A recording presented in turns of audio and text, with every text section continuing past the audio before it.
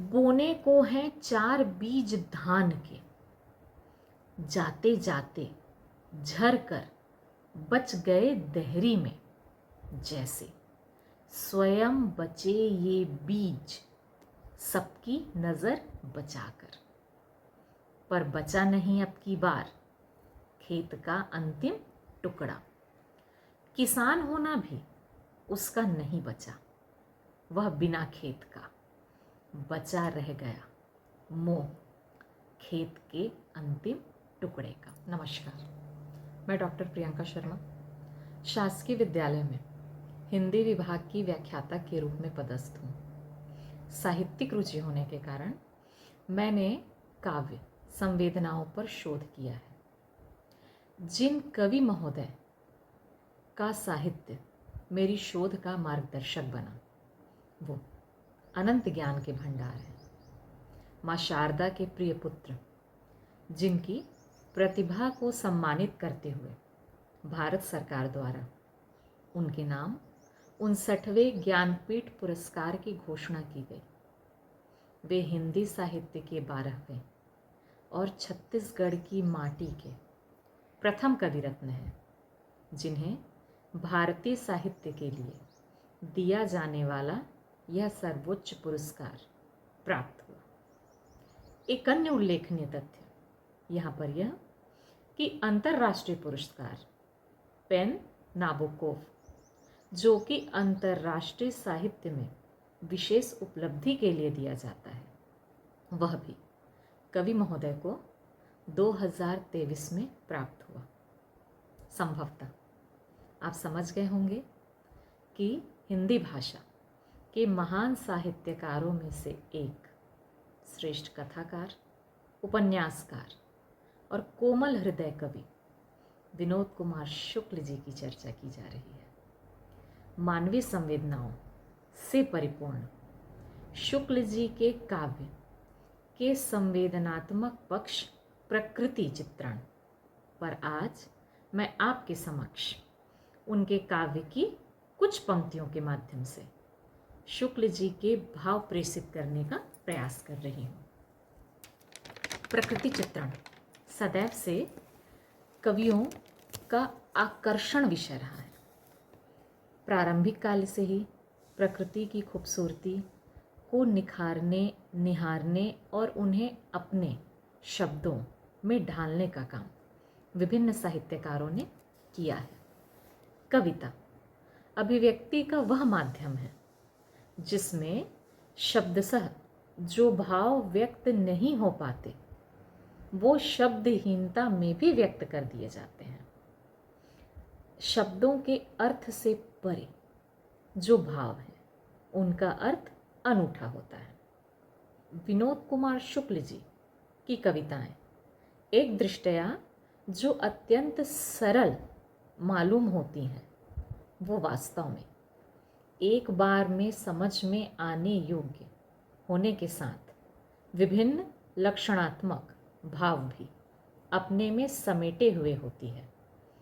प्रकृति चित्रण क्योंकि कवियों की मूल प्रवृत्तियों में से एक है, तो काव्य में आलंबन, उद्दीपन, अलंकार, बिंब, प्रतिबिंब, उपमान, प्रतीक, मानवीकरण, मानवीय भावनाएं आदि विभिन्न प्रकार से विभिन्न रंगों के माध्यम से अपनी पूर्णता को प्राप्त करती हुई काव्य में मौजूद रहती हैं।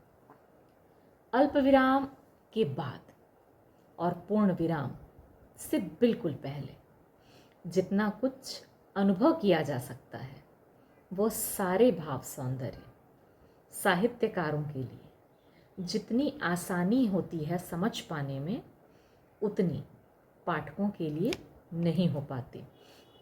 यह बिल्कुल वैसा है जैसे किसी व्यंजन को केवल देखकर और उसकी सुगंध लेकर के उसके गुणों की व्याख्या कर देना।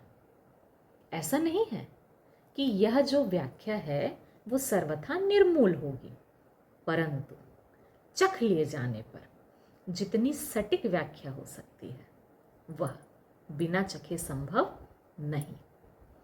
ऐसे ही प्रकृति वही है, सबकी दृष्टि एक समान रूप में उसे देखती है, परंतु प्रकृति के सौंदर्य को व्यक्त करने का विभिन्न साहित्यकारों का अपना विशिष्ट तरीका होता है। हमारे स्वयं के भी वो शब्द जो प्रकृति को देखकर हृदय में उठे तो, परंतु जिनकी अनुभूति अभिव्यक्ति प्राप्त नहीं कर पाती है, वह अभिव्यक्ति भी साहित्यकारों द्वारा सहजता से दे दी जाती है। ग्राम्य सौंदर्य में जब प्रकृति के बारे में शुक्ल जी बताते हैं तो उनकी कुछ पंक्तियां प्रस्तुत हैं। जब वो कहते हैं, बोने को हैं 4 बीज धान के, जाते जाते झर कर बच गए देहरी में, जैसे स्वयं बचे ये बीज सबकी नजर बचाकर, पर बचा नहीं अब की बार खेत का अंतिम टुकड़ा। किसान होना भी उसका नहीं बचा, वह बिना खेत का बचा रह गया मोह खेत के अंतिम टुकड़े का। अपने एक इंटरव्यू में शुक्ल जी ने कहा था कि प्रकृति को जस का तस छोड़ दिया जाना चाहिए। प्रकृति को नष्ट करने का समय तत्काल समाप्त होना चाहिए और उसे जितना प्राकृतिक बनाया जा सकता है बनाया जाना चाहिए। पत्थर का एक टुकड़ा भी नष्ट ना हो, घास का तिनका भी, हरी घास की पत्ती भी। स्पष्टतः जो एक तिनके और एक पत्ते का भी विचार कर रहे हैं, उनके द्वारा किसी किसान का बिना खेत के रह जाना कितनी सूक्ष्म अभिव्यक्ति है। शुक्ल जी किसी एक प्राकृतिक उपादान के रहने या ना रहने का क्रमशः प्रभाव भी अपनी रचना में उद्घाटित करते हैं। वे कहते हैं, आम का पेड़ उस जगह निष्प्रयोजन था, पर आम का पेड़ होने से प्रयोजन था। प्रकृति के विनाश की भवितव्यता भी वे भली भांति जानते हैं और समझाइश देते हैं। अभी भी वक्त है, अपनी हवा, पानी, नींद, सुकून बचाई जा सकती है। वे कहते हैं, बचा कर रख लेनी चाहिए हवा सांस लेने के लिए। दूर नल से पानी लाते हैं, वैसे ही नालियों दुर्गंध से दूर जाकर एक साबुत घड़े में शुद्ध हवा लानी चाहिए। शुक्ल जी की यह भी एक विशिष्टता है कि वह कितनी आसानी से जड़ में चेतन का, अमूर्त में मूर्त का भाव उत्पन्न कर देते हैं।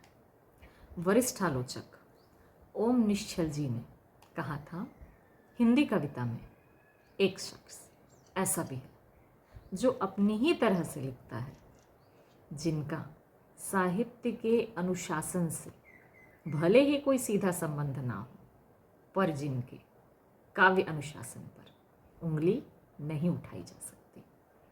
यदि आप साहित्य पसंद करते हैं, काव्य के प्रति रुचि है, तो अवश्य ही विनोद कुमार शुक्ल जी का काव्य और प्रकृति चित्रण आपको आत्मिक अनुभूति देगा।